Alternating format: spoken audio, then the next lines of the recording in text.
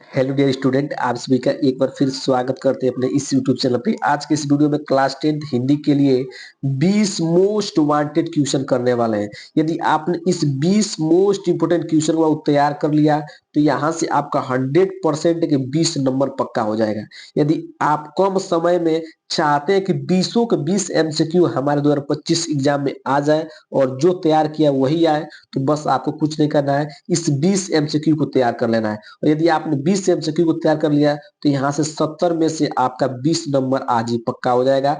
20 MCQ आप जानते हैं कि आपके एग्जाम में 20 एमसीक्यू आएंगे, तो आपको एमसीक्यू को एक कभी गलती नहीं करना है। एमसीक्यू को आपको अच्छे से तैयार करना है, क्योंकि वही एक है जो आपको अच्छा स्कोर दिला देगा। ठीक है, तो आपको 10 मिनट का ये वीडियो देखना है। यदि आपने 10 मिनट इस वीडियो को देख लिया बाबू, तो यहाँ से आपका 20 नंबर पक्का हो जाएगा। 100% है कि 2025 में इस 20 एमसीक्यू का आना तय है। ठीक है, चलिए वीडियो को स्टार्ट करते हैं। और वीडियो को स्टार्ट करने से पहले यदि आप हमारे चैनल पहली बार आए हैं तो चैनल को सब्सक्राइब कीजिएगा, वीडियो को लाइक और एक प्यारा सा कमेंट जरूर कीजिएगा। यदि आप एक कमेंट करेंगे तो मैं इसी तरह सभी सब्जेक्ट का मोस्ट इंपोर्टेंट क्वेश्चन करा दूंगा, ताकि आपको 2025 में कोई भी दिक्कत न हो। ठीक है, चलिए हम लोग अब प्रश्न को बढ़ते हैं। ठीक है, पहला प्रश्न आपका क्या है?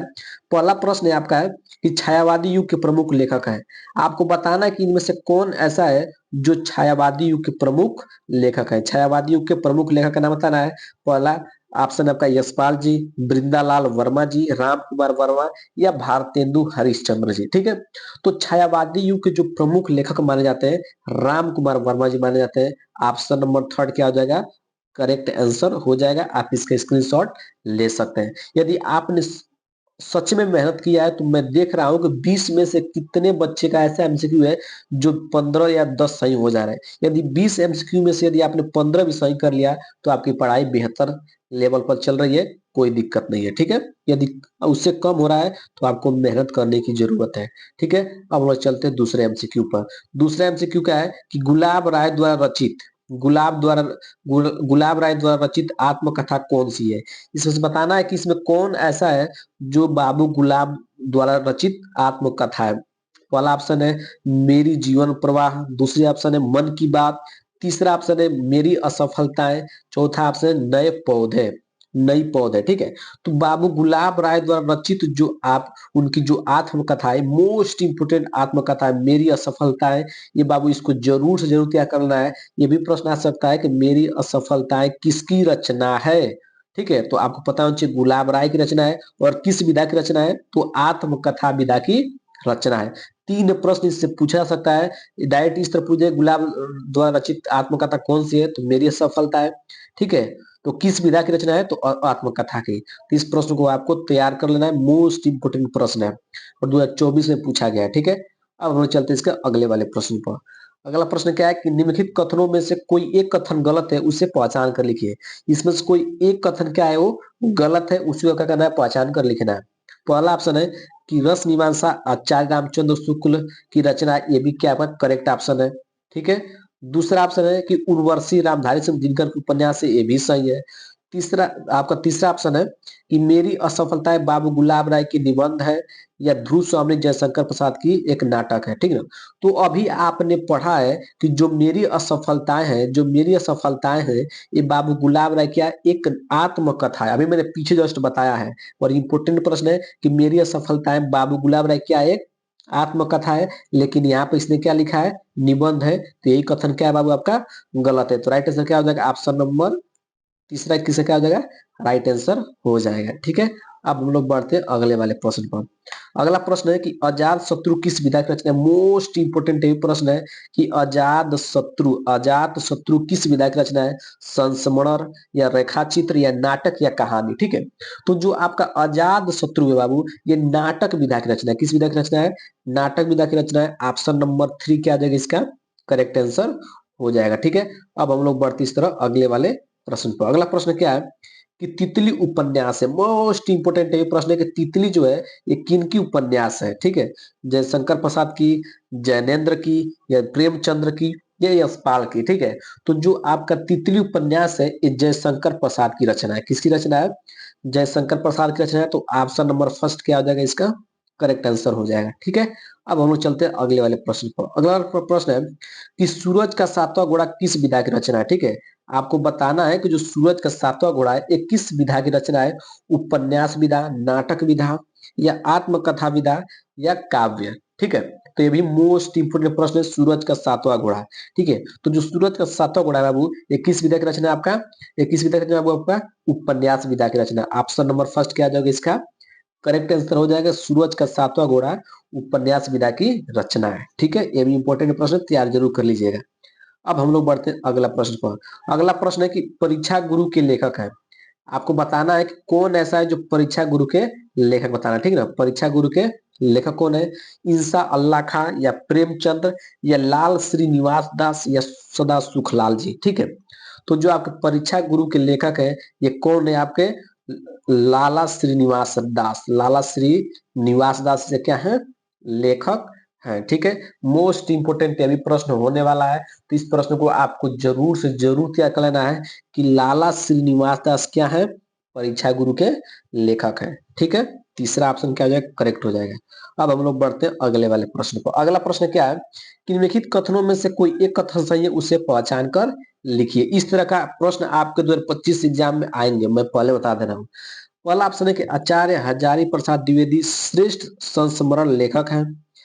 दूसरा ऑप्शन है कि तार सप्तक का संपादन सच्चिदानंद हीरानंद वात्स्यायन अज्ञे ने किया है। गुनाहों के देवता उपन्यास के लेखक प्रेमचंद्र हैं।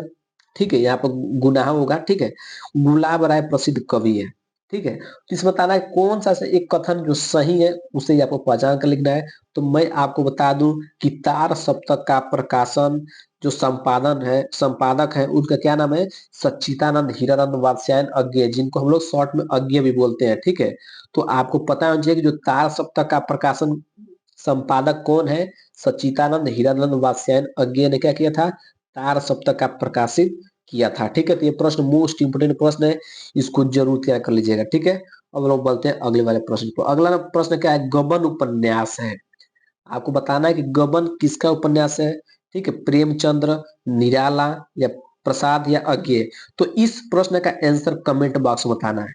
जो बच्चा सच में मेहनत कर रहा है तो इसका आंसर आपको बताना है गबन उपन्यास है। आपको उत्तर में लिखना है, कमेंट बॉक्स में लिखना है गबन उपन्यास है प्रेमचंद्र का, निराला का, या प्रसाद का, कि अज्ञे का। मैं देख रहा हूँ कौन बच्चा कमेंट कर रहा है इसका आंसर। ठीक है, अब हम लोग बढ़ते हैं अगले वाले प्रश्न पर। अगला प्रश्न क्या है कि आकाशदीप और ममता कृति है। आपको बताना है कि जो आकाशदीप है और ममता है ये किनकी कृति है, जयशंकर प्रसाद की, हजारी प्रसाद द्विवेदी की, या प्रेमचंद्र की, या दिनकर की। ठीक है, तो जो आपका आकाशदीप और ममता कृति किसकी है, आपकी जयशंकर प्रसाद की। ऑप्शन नंबर फर्स्ट क्या आ जाएगा इसका, करेक्ट आंसर हो जाएगा जयशंकर प्रसाद। ठीक है, अब हम लोग बढ़ते हैं अगले वाले प्रश्न पर। अगला प्रश्न क्या है बाबू कि हिंदी साहित्य में शुक्ल युग की समय सीमा है। मोस्ट इंपोर्टेंट ये प्रश्न है।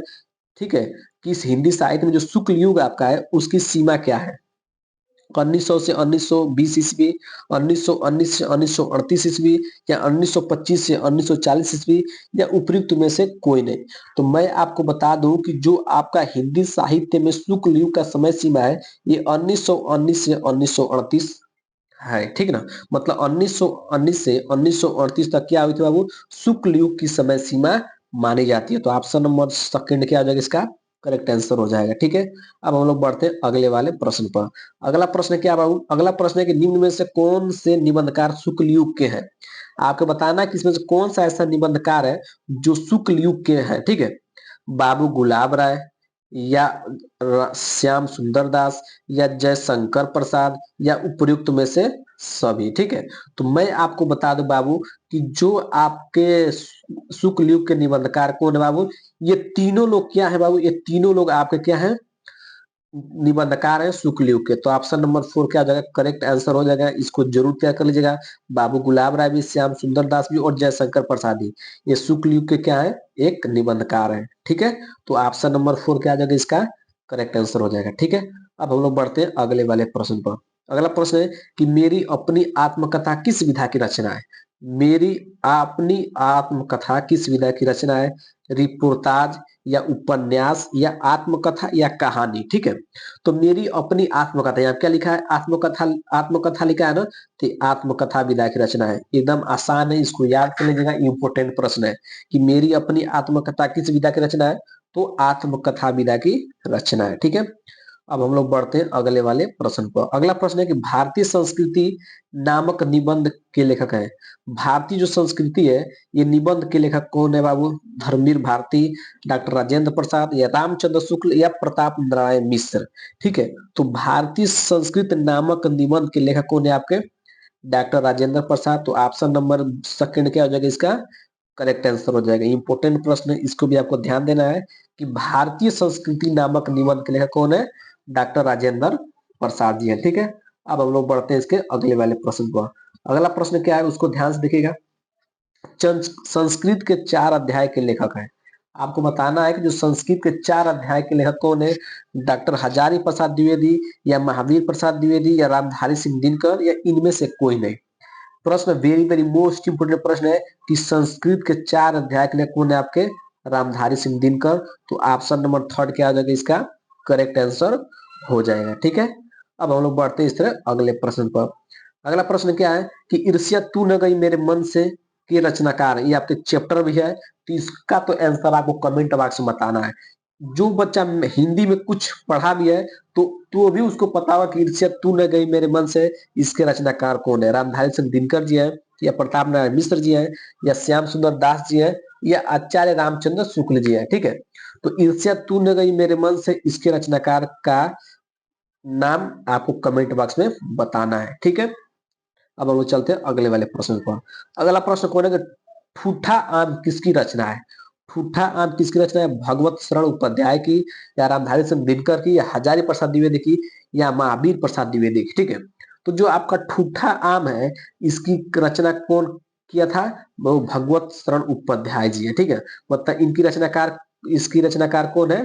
तो भगवत शरण उपाध्याय है ठूठा आम के। ठीक है, यह भी इंपॉर्टेंट प्रश्न है। अगले प्रश्न बढ़ते हैं। अगला प्रश्न है निम्न में से कौन सा नाटक जयशंकर प्रसाद का है? इसमें से आपको बताना है कौन सा ऐसा नाटक है जो जयशंकर प्रसाद का है।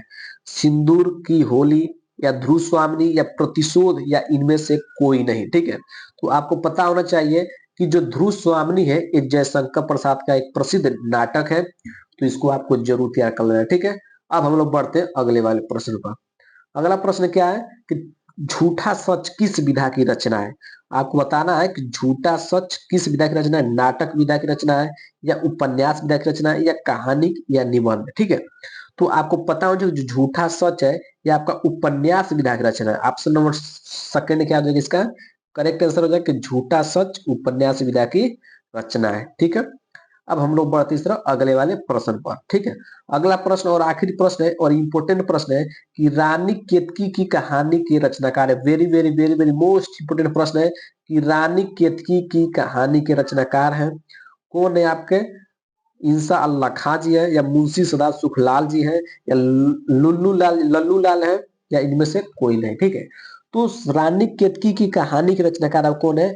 मुंशी इंसा अल्लाह खान है। मतलब इंसा अल्लाह खां जी क्या है? रानी केतकी की कहानी के रचनाकार है। तो ऑप्शन नंबर फर्स्ट क्या आ जाएगा इसका? करेक्ट आंसर हो जाएगा। ठीक है, तो इस तरह मैंने आपको 20 एमसीक्यू क्वेश्चन को कंप्लीट कर दिया है। यदि इस 20 एमसीक्यू को यदि आपने तैयार कर लिया बाबू, बस इस 20 एमसीक्यू को यदि आपने तैयार कर लिया तो यहाँ से 100% है कि 20 में से कम 15 तो लड़ ही जाएंगे, कोई दिक्कत नहीं होगा। तो वीडियो कैसा लगा है कमेंट बॉक्स में जरूर बताइएगा। यदि आप एक कमेंट करेंगे तो मैं इसी तरह सभी सब्जेक्ट का इंपोर्टेंट क्वेश्चन करा दूंगा। ठीक।